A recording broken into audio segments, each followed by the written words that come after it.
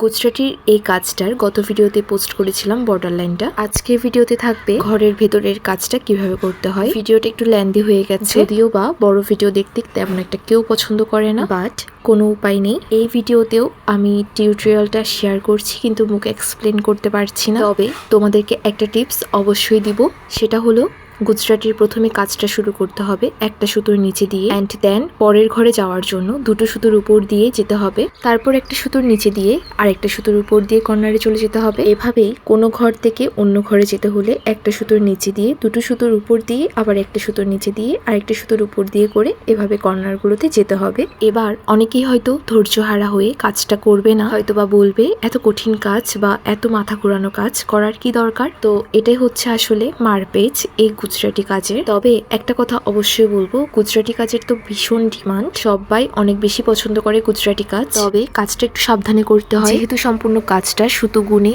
আর ঘরগুলো fill up করে করেই আসতে হয়। তাই কোনো জায়গায় যদি সুতোর মারপেচ একটু ভুল হয় তাহলে পুরো কাজটাই একদম ভেস্তে যাবে। চলো এবার দিব কিছু প্রশ্নের উত্তর। আমি কিছু প্রশ্ন পেয়েছি এমনটাই যে আমি প্রোডাক্টগুলো সেল করি কিনা, আর সেল যদি করে থাকি তাহলে আমি টিউটোরিয়াল ভিডিও কেন তোমাদের সাথে শেয়ার করছি। আরও পেয়েছি টিউটোরিয়াল ভিডিও শেয়ার করতে পারলে কেন সেলাইয়ের কোর্স শুরু করছি না। সো ভাবলাম একটা ভিডিও বানিয়ে ফেলি এই প্রশ্নগুলো নিয়ে। হ্যাঁ, আমি অবশ্যই সেল করি, অর্ডার নিই, তবে খুব একটা বেশি নিতে পারি না যেহেতু আমি একা কাজ করি। তাছাড়া আমার কোনো হেল্পিং হ্যান্ড নেই, অলসো আমি স্টুডেন্ট। এবার অ্যান্সার দিব, অর্ডার নেওয়ার পরেও আমি কেন তোমাদের সাথে টিউটোরিয়াল ভিডিও শেয়ার করি, এটাতে আমার পেজের ক্ষতি হয় কিনা। দেখো, ব্যাপারটা যদি সিম্পলি ভাবতে চাই তাহলে এরকম কাজের ভিডিও ইউটিউবে অনেক আছে, সো তারা যে কোনো ভাবেই কিন্তু শিখতে পারে, শুধু আমি একমাত্র মাধ্যম নই। এখন আমার থেকে শিখে যদি কেউ একটু কাজ করতে পারে তাহলে সেটা আমার কাছে ভীষণ ভালো লাগে। এবারে অ্যান্সার দিব 3 নাম্বার প্রশ্নের। সেলাইয়ের কোর্স করতে গেলে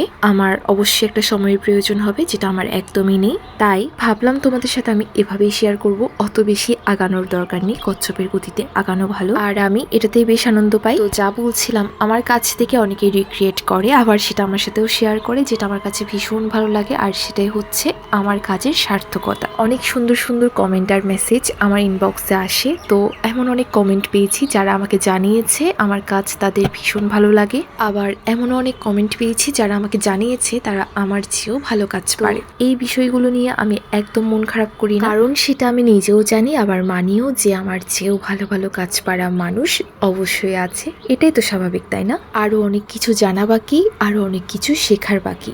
মানুষের তো শেখার বয়স নেই, তাই না? তো কথা বলতে বলতে আমার কাজও শেষ। এটাই ছিল আমার হাতি ব্লাউজটার টিউটোরিয়াল। যারা যারা চাও চট জলদি রিক্রিয়েট করে অবশ্যই শেয়ার করে নিও ভিডিওটা। তবে আজ এখানে শেষ করছি, দেখা হবে খুব শীঘ্রই, টাটা।